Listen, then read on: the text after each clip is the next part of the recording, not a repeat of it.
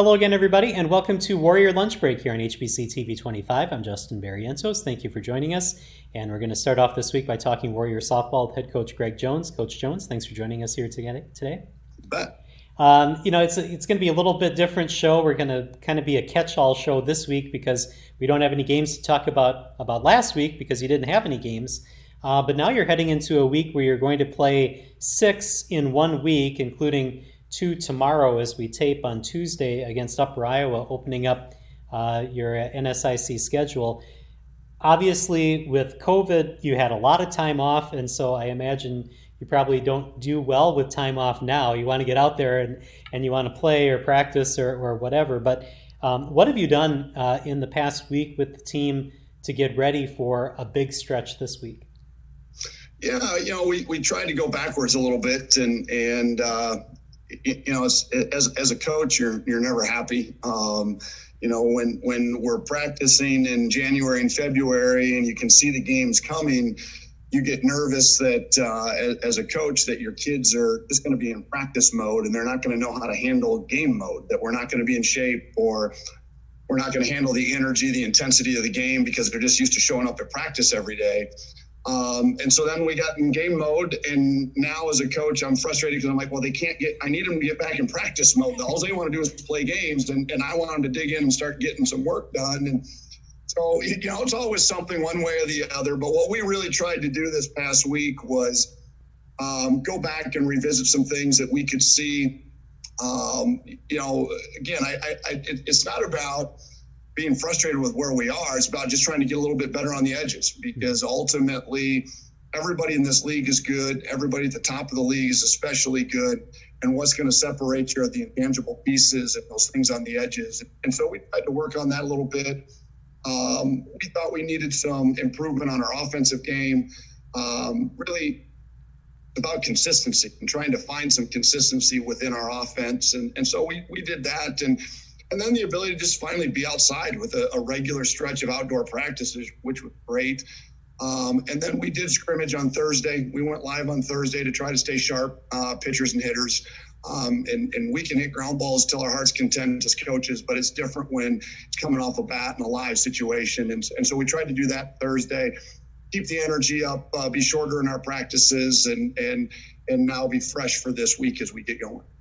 I almost asked this question tongue-in-cheek, but I guess I have to, saying that you went live on Thursday with your pitchers and hitters. But since you have such great pitchers, do you get enough pitches for your hitters to hit?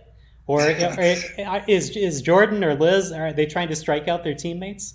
They are, and I guess it comes back down to iron sharpens iron. And ultimately, our mindset is always the same in January and February as it was this last week, is that, look, if we're going to be a top 15 team in the country, then every day in practice you have to face a top 15 team in the country. And our pitchers are good, our hitters are good, and they've got to face each other. And at the end of the day, we know that we're a team and we're a family, and yet when we're competing out there, we hope that they're truly competing against one another. Our pitchers are trying to get our hitters out. Our hitters are trying to take our pitchers out of the ballpark. And this game is won and lost with 2 outs. And can we get off the field defensively with 2 outs? And offensively, can we start an inning, extend an inning with 2 outs? And so we're working on those things in a live environment, and it's great for our pitchers to try to have to contend with, and it's great for our hitters to try to have to compete against. All right, very good. Now you will have your first home games of the season and first home games since 2019 on Friday. I think for the baseball team it was 689 days, and for you guys it's somewhere around that same number, because I think there's only 10 days difference between baseball's last home game and your last home game against Augustana. What do you think it's going to be like to get back out onto your home field for the first time in 2 years? It'll be great. We spent some time now this past week working on it, getting it ready, and was just talking to Coach Tischer this morning about it. It's amazing when you haven't played in 2 years, you kind of forget what all has to get done, at your facility to get a game ready. the city's been great. Our administration here has been great. Our coaching staff and our players have been great trying to get everything ready. I think everybody's really looking forward to it. Obviously, it'll be a little bit different with COVID on how the administration has to handle fans and numbers and masking and distancing and all those types of things. But fortunately, our facility sets up nicely for that. We can have fans all around the field, not just behind home plate, but behind the outfield fence and things like that. So I think our kids are just ready for some home cooking and play at home. And it's been a long, long time, and we're just looking forward to the opportunity. Have your players said anything? Do you get any kind of sense about their excitement level coming up for Friday?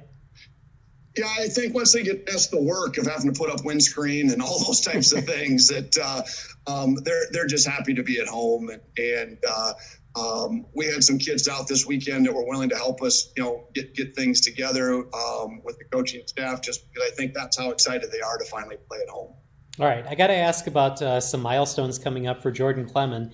I think the last time that we met, I had tallied it up. She has 76 career wins, which is the third all-time at Winona State, and she's approaching Stacy Struzinski. So it's possible that this weekend she needs 3 wins to tie Stacy and then 4 to pass her, that she might get that soon. And then you look to number 1, who obviously you know very well, is Cindy. And she has 85 wins. So it's within reach, obviously, for Jordan. As a coach, I hate to ask you this, but I almost have to because you've seen all of them pitch. Can you compare the 3? And I don't want you to rank them, but can you compare and kind of contrast the 3 different styles of those pitchers? Well, what makes them all so similar is a few things. First, they're kind of all rise ball pitchers. That stuff-wise, those 3 are very similar. They were strikeout pitchers. They were rise ball pitchers, but they were also winners. I mean, they were kids that they wanted to win, all 3 of them. They were grinders. They were able to, at times, put the team on their back if they needed to. And at times, they let the team carry them. And, so there was a lot to their makeup that is similar. And I think that's why they're all landing where they have landed in the annals of our record book. Getting to the top of that pile is an amazing accomplishment because Stacy and Cindy were as good as there has ever been. We knew when we recruited Jordan that she had a possibility to carry this program the way she has done so and land where she is landing in the record books. That was kind of the hope when we were recruiting her. And yet to do it is all on her. You can have the potential, but to have the consistency that Jordan has had is amazing because that's what it takes. It takes being great all the time. And she's been able to do that. And that's what made Stacy and Cindy so good. I refuse to rank them in any order because they all did it in different generations. But that is the Mount Rushmore of pitchers here. And those 3 have kind of been the standard for wins, for strikeouts, and for championships. I have to throw this stat out there as I look at the wins and the number of innings that it took to get those wins. For Cindy, 85 wins in 862 and a third innings. For Stacy, 79 wins in 670 innings.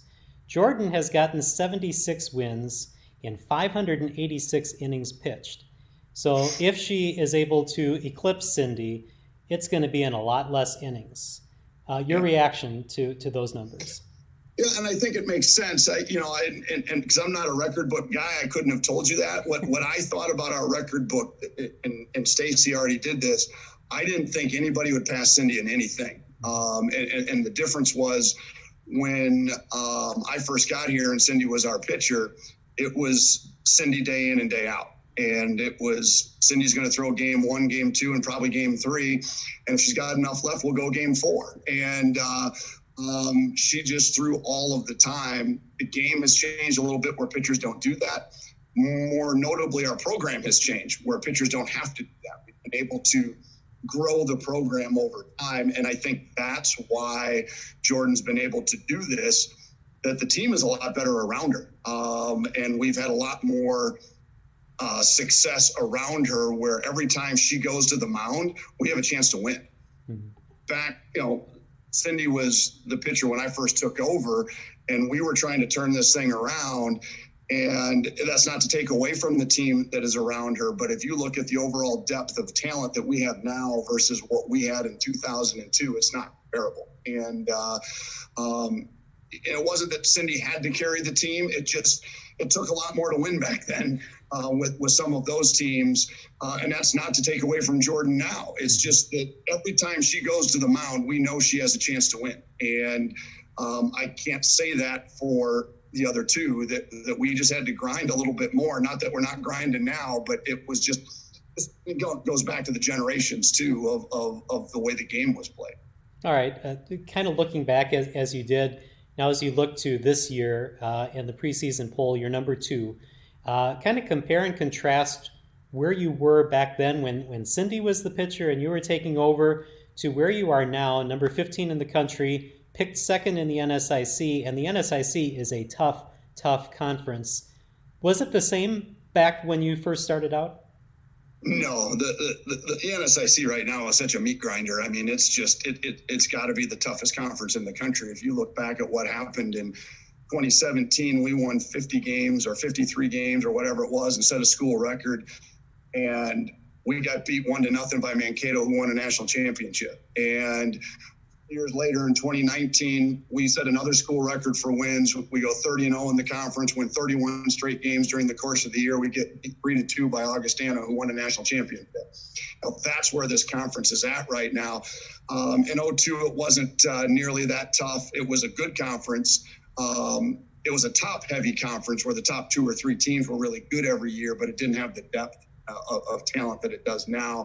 When I first came in 2002, the program had never really won as a program, and we were trying to really teach people how to win. That was our goal when we first came in, was we have to teach them how to win games, and the championships will come later. And the championships will be part of the process.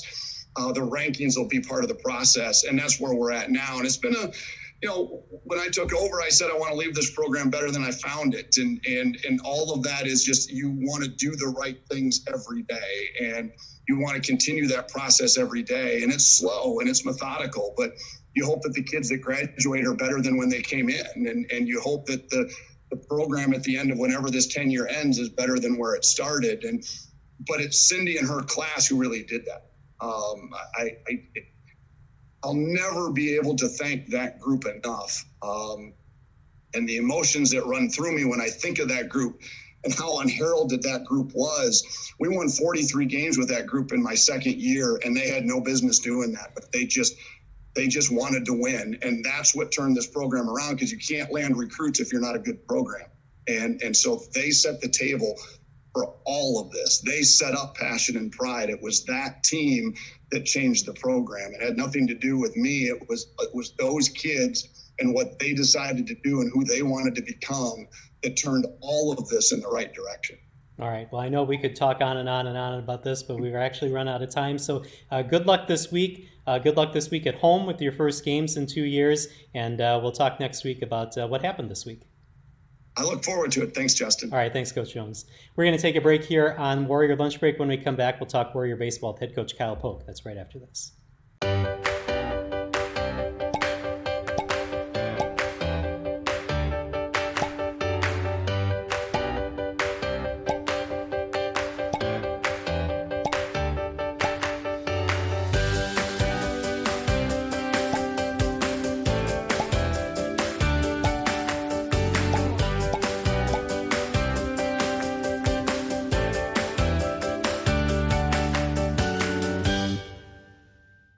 It's every school. The dedication, the passion, the preparation. 1, 2, 3, every game, every day. It's all been built up. Now it's time to play. And it only happens here. Every play, every run. It's every pass and score. It's everything you love, and it's everything we live for. This is big. Only on Big Ten Network. the days of classic pro wrestling? You can relive them right here with Classic All-Star Wrestling, featuring wrestling from the 50s to the 90s, the 4 top decades in the history of professional wrestling. From Gorgeous George to New Jack, it's all right here. Classic All-Star Wrestling. Fans, you're not going to want to miss it. Terry Funk, Ric Flair, Hulk Hogan, Andre the Giant, Jerry the King Lawler, and more.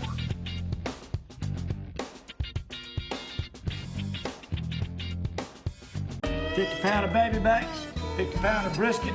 Throw in another £50 of those chops, too. What are you boys up to? Road trip. Barbecue Pitmasters is here and better than ever. We're searching for the new taste of America's top barbecue regions, where we'll put the best to the test. If you could taste it right now, you'd be in hog heaven. Barbecue Pitmasters, Saturdays only on Destination America. I hope we have a child seat for this. Food, shelter, fast internet. It's all we really need.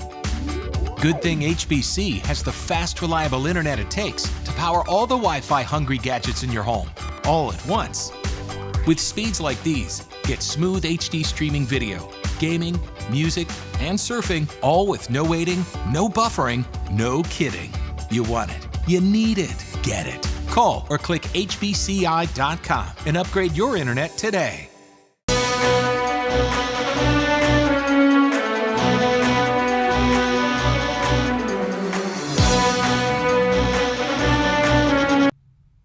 And welcome back to Warrior Lunch Break. It's time to switch gears and talk baseball now with head coach Kyle Polk. And Coach Polk, thanks for joining us again today. Yep, thanks for having me. It was a very good week for you guys. Can't get better than 5-0. So let's go back to Bemidji State and the doubleheader there. One of the things that we talked about last week was, well, how are your pitchers going to do this week? Because you ended up using a lot of pitchers last week. You get 3 complete games out of the 5 games that you played. Yeah. Actually, when we're indoors working out and after our fall workouts and stuff, we kind of pencil in our rotation type guys and thinking that we'll be sitting pretty good with our 5-man rotation once we get to conference and stuff. The first 2 weekends, we didn't get to use 2 of the guys, but we were set with them because we used them in relief. But after the first week at Crookston, we kind of, oh boy, do we got to reevaluate this? But no. Bailey Banazinski and Cameron Kramer on last week against Bemidji, both complete games. And then Kyle Gender and Dylan Whitaker did great jobs getting deep into the game and then using our bullpen. And then Austin Savory pitched a complete game as well on the weekend. So we had 3 complete games out of 5. And then we didn't really tax our bullpen that much at all, which is good because we had a quick turnaround. We played today. Mm-hmm. And then our bullpen is fresh. And then we leave on Thursday and we got Friday, Saturday. So right now we're sitting in a good place with our pitching. All right. You mentioned Bailey, and I want to talk about Bailey Banazinski because he's really started the season well. He got into, I think, maybe 4 or 5 games last year, but has really started this season out well. What are you seeing from him, and why is he having so much success this year? Well, last year he was a freshman, and we envisioned him being a starter last year, but we always like to work those freshmen in relief, their first few outings and stuff. But we got him a couple outings early in relief, and then I think we got 1 start possibly. I didn't have the stats in front of me last year, but we knew he was going to be a starter this year. And he's a guy he's got a little good velocity. He's an upper 80s guy, maybe 90 once in a while, but mostly 87 to 89. But he also has got command of his pitches. The stats, he's got 17 innings. He's only walked 2 guys. And when you're pitching those kind of numbers, you're not getting yourself in trouble. You're staying away from big innings, and you're giving us a chance to win. All right. And then you mentioned Cameron Kramer. He ended up throwing a 4-hitter against Bemidji. Talk about his performances. Yeah, he's a little different. He's not quite the high velocity like Bailey and a couple other guys, but he's an 85-plus guy most times. But he's 6'7", and if he's 140 pounds soaking wet, I don't know. But so he comes at you with a little bit different angle, different look. But again, same thing with him. He's got 11 innings, and he's only walked 1 guy. And that's one of the things that we really emphasize with our pitchers: stay away from free bases. And he did very well. He's done that. He's had 2 outings for us, actually 3 appearances and 1 start with a complete game. So he and Bailey, they complemented each other very well. All right, let's talk about your offense against Bemidji. In the first game, it seemed like it was a little bit of a slow start, but then you manufactured a couple of runs, and then the offense really got going. Is that what you like to see, being able to produce runs that way by using fielder's choices and different things like that, and just kind of getting runners advanced in manufacturing runs? Well, I really like to see home runs all the time, but we don't do that anymore. But no, we're just looking to have good at bats, put good at bats together, knowing that if we don't get anything our first time through the order, that we make sure that our players do a really good talking about what they've seen, what they've gotten them out on, or what pitches they've seen. So they do a really good job there, and then just continue to put good at bats together. And when you get a chance, move a runner or score a runner. We talk about that all the time. We get a guy on base, we got to make sure we're advancing them, whether it's be a hit and run or a bunt, or we're going to steal, or just waiting to get a double and the guy from first goes to third, and that type of stuff. So, but it's just basically having the mindset that when guys get on base, we have a job to do. Let's execute. Okay, and then the games against Minnesota Duluth were kind of crazy, just because of weather situation, darkness, different things that. You had one game that stretched from Saturday into Sunday, and then you had to play a couple on Sunday. How did obviously you got 3 wins, but how did your team handle that kind of craziness against Duluth?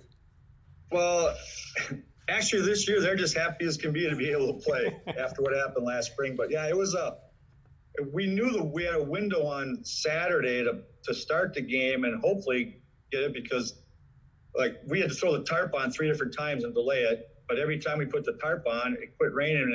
And in our press box, we got our laptops and we have internet, so we're checking the radar. And all 3 times the radar said there was nothing happening in Winona.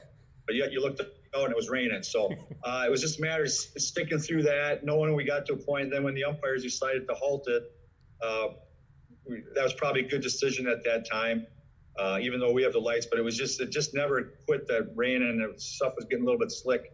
So with that decision, they made it easy. Kyle Gendron had pitched 5 innings at that point, left with the lead, and then we knew we had the young freshman Mitch Mueller came in the next day and did a good job getting the 2 innings done for the win. And then followed that up. Then it was just a normal doubleheader for Sunny, like we usually. Although we switched on the weekend, I don't know, because we usually just doubleheader first, then single. But because of the weather Saturday, we flipped and went single game, then doubleheader. For those of us who didn't play a whole lot, and obviously don't play now, how difficult is it to kind of be in that mindset the next day to finish off a game from the day before and then switch gears to get ready for that day's game? Well, it's a lot easier when we had the lead to start the game. So if we were behind, it would have been a little bit different. But these young guys, they're just so happy to be playing, and they're fired up, and we keep telling them to stay focused. And one of the big things I talk to them all the time is we can only control what we can control. Don't worry about the other stuff. We can't control the weather, so don't worry about it. The weather says we got to suspend. Okay, we'll get ready. We can control tomorrow, being here, being ready to play and get after it. Okay. One of the other things I want to bring up about Sam Conley, not only does he have a great batting average, but he appears to be very patient at the plate. I think I saw he had 6 walks this weekend. That's got to be great for the manager to be able to rely on a guy not only to be able to hit the ball, but to be focused there at the plate. Yeah, he's at his stats. He's got 10 walks now. He's got 46 plate appearances, and he's only struck out 6 times, which is very, very good. But yeah, he knows the strike zone. He knows his strengths. He never tries to do too much. He knows his job is if there's nobody on base, he's got to do whatever he can to get on base. If guys are on base, he does a really good job of advancing runners. If they're in scoring position, he's got 12 RBIs for us. Second on team, he does a very good job in that. He's just a really, really smart, heady hitter and doesn't try to do much.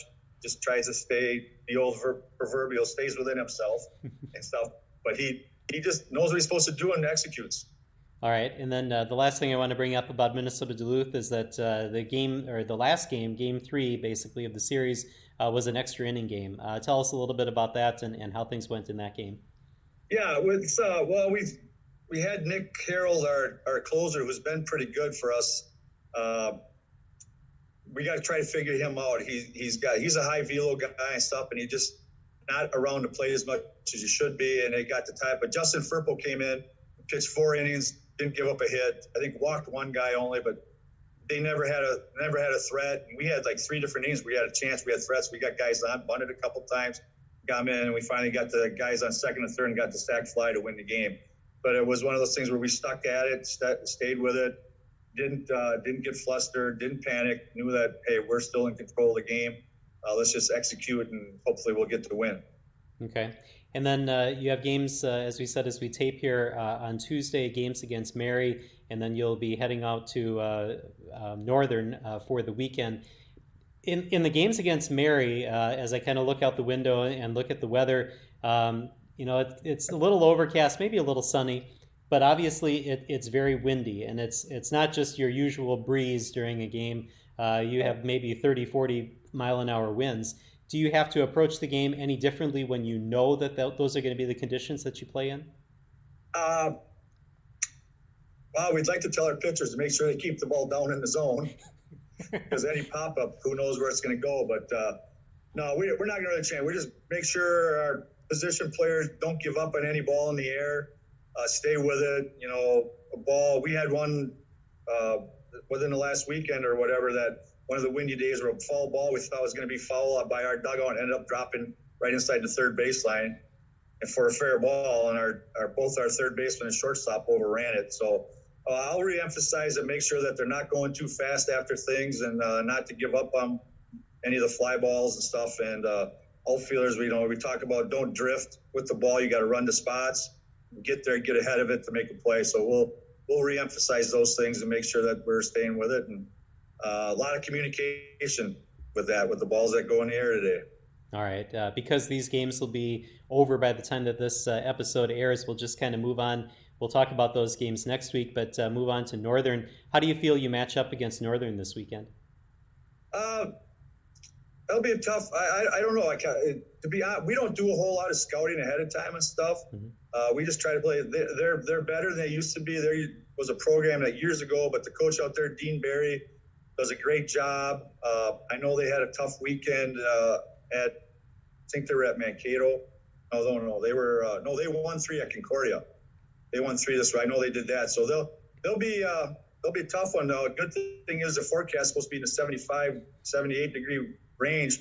But there's another place the wind blows, and the wind blows all the time in Aberdeen and stuff. So it'll be interesting out there to see what. I haven't looked at the wind forecast. I just know the temperatures, so I'm thinking I'm taking shorts. But we'll see. They'll be good games. They'll be very competitive. Like I said, in our league, there isn't a weak sister anymore. It's every weekend is a grind and a battle, and every midweek one is a doubleheader that you got to play your best to get the wins. Yeah, when I was looking at the standings, just seeing how all these teams kind of matched up, everybody is kind of bunched together in the standings right now. So, I mean, how important is it, obviously, to keep this winning streak going, just to keep pace with everybody in the league? Well, it's important. We'd really love to get 2. At worst, we want to split. If we lose 2, that wouldn't be good. But a split or get the 2 is what we want to do. And then the weekends, we just keep talking about win 2 out of 3 on the weekend if possible. If you luck out, we'll get a sweep on somebody. But it's tough to do that. It's tough to do that now. And I keep reminding people when they say, well, why you should be winning? Well, when you watch the Twins or the Brewers or the Cubs, they don't win every game. So it's baseball is a game where you hardly ever get a team goes undefeated. We just know that. So you just got to play your best baseball, stay focused, and keep traveling down the road. All right. Well, I appreciate the time, and good luck against Mary and Northern this week, and we'll see how you did next week. All right. Sounds good. All right. Thank you, Coach Polk. And thank you all for watching Warrior Lunch Break. We'll see you next time here on HBC TV 25.